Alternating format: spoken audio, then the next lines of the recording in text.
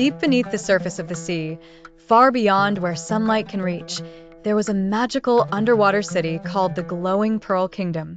This hidden world was home to all kinds of sea creatures, playful dolphins, wise whales, curious fish, ancient sea turtles, and even mythical beings. Though the kingdom sparkled with beauty, it was troubled. Tensions had risen between creatures. Crabs no longer shared their food with shrimp. Sharks frightened the smaller fish. The coral began to lose its colors from arguments and fear. The sea had grown cold and silent. Just when things felt darkest, a small blue submarine emerged through the current. Aboard were 5 brave adventurers who had traveled across the world's oceans to spread kindness. Their leader, Salma, was a clever and kind-hearted girl known for her love of the sea.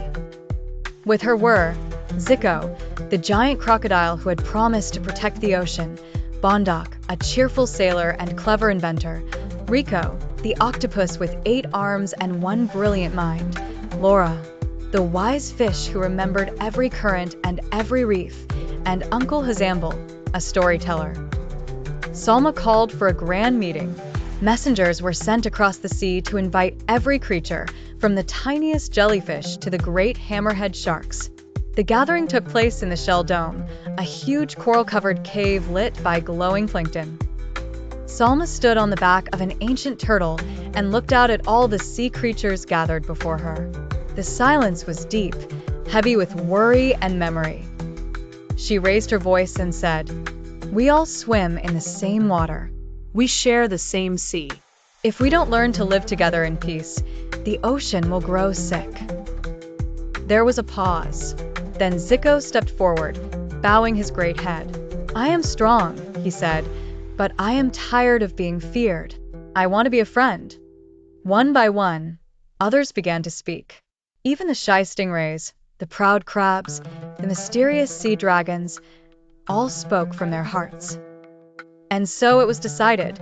They would create something never seen in the sea before, an agreement, a promise, a pact of love and understanding.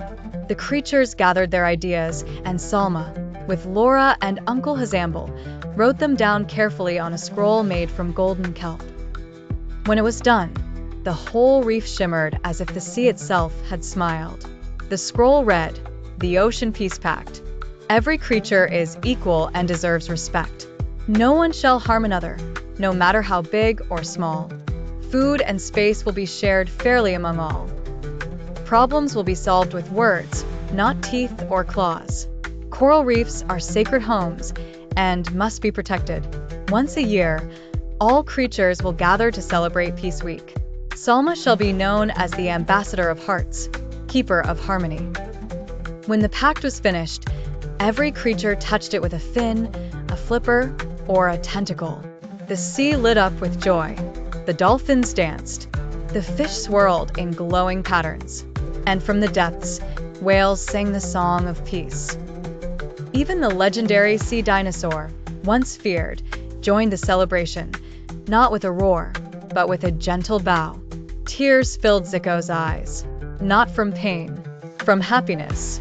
"I have guarded the sea with my strength," he said, "but today I learned that kindness is stronger." Uncle Hazamble recorded it all in his book of oceans. He wrote, "Today, I watched the sea heal not with magic, but with love." It was not the end of a story, but the beginning of a new sea.